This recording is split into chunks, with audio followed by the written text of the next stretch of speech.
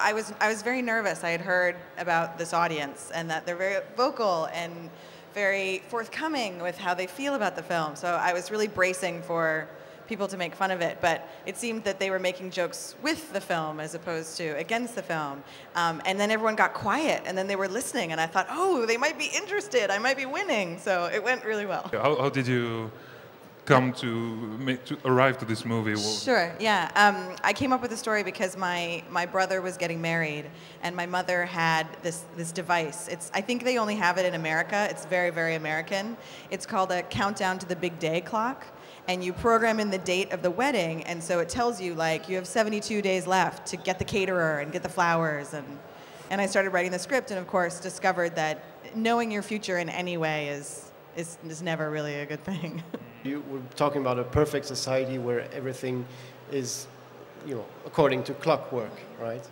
In the Western world, there is such a preoccupation with love and true love and wanting to get that perfect thing and have it sort of locked down. And so this is the extreme of that. When I first fell in love with film when I was a child, it was with movies like The Never-Ending Story and The Dark Crystal and Labyrinth, and I always loved fantasy. And then when I was a teenager, it was sci-fi. It was James Cameron and Luc Besson and the Jeté, and so I knew that with my first film, I wanted it to be something that had a little bit of sci-fi in it.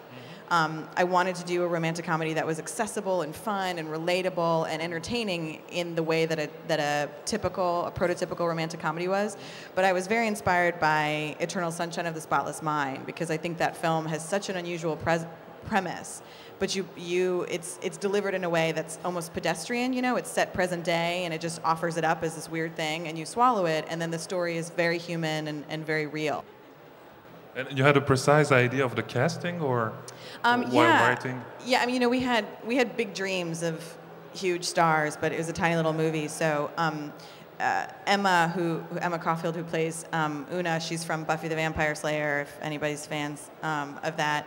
She came in and she read, and prior to her coming in to audition, every girl that I saw for the character, this isn't very nice, but I just kept thinking, I'm such a bad writer. Like, I'm just terrible. They keep reading these pages, and it's awful, and it must be me. And then she came in, and I was like, I'm a genius. Look how good it can be.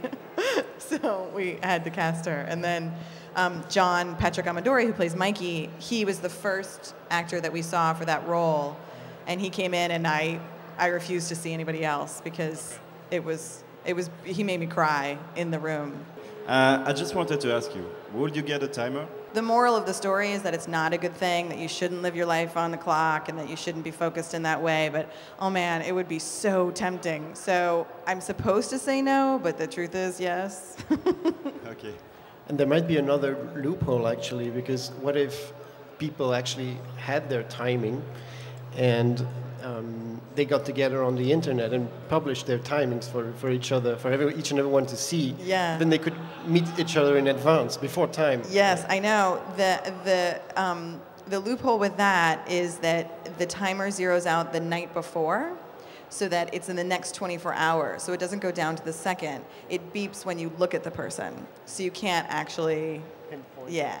You really thought about everything. I thought of everything. That's good. I did, because I knew I would be at places like this, and people would be like, what if? And I would be like, ha-ha, I got it, you. How about that? How about that one? Wait.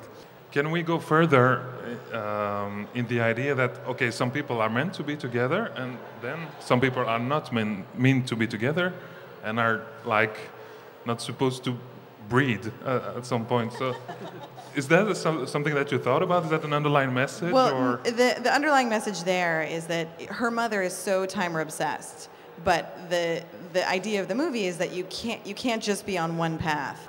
And so the point there is that if her mother had the timer from the beginning and only been on that path, she wouldn't exist. So yes.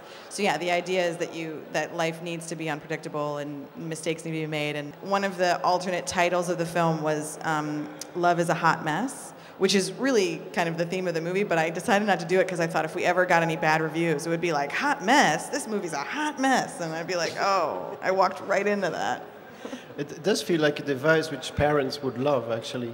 Maybe you could do a sequel with, timer telling you when you're going to have children, Yeah. and things like that. But anyway. No one's ever said that. That's very funny. Everyone's always asking about sequels, but nobody ever said that.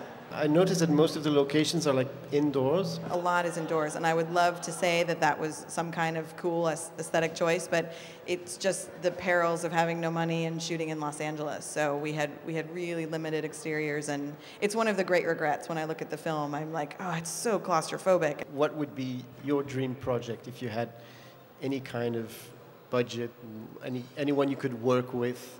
I would want to do like a really, really big budgeted, like James Cameron style, like action, awesome, some kind of like cyborg future craziness. Terminator. Oh, and I would want to be like, I could do this.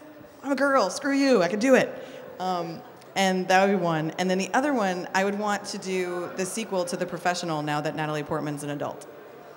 So I'm sure that's going to happen at some point, and I'm not going to be the one to do it, but it's sort of like a dream.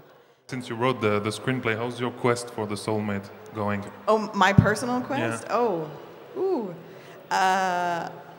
You traveled around the world I now, travel don't you? around the world, and everywhere I go, I look around, and is anyone here? But no, I've not found my soulmate. But for me, making the movie, one of my goals was to make a feature before I turned 30, and so I did that. So I don't have a soulmate, but I've got a movie. Can I take a picture of you guys?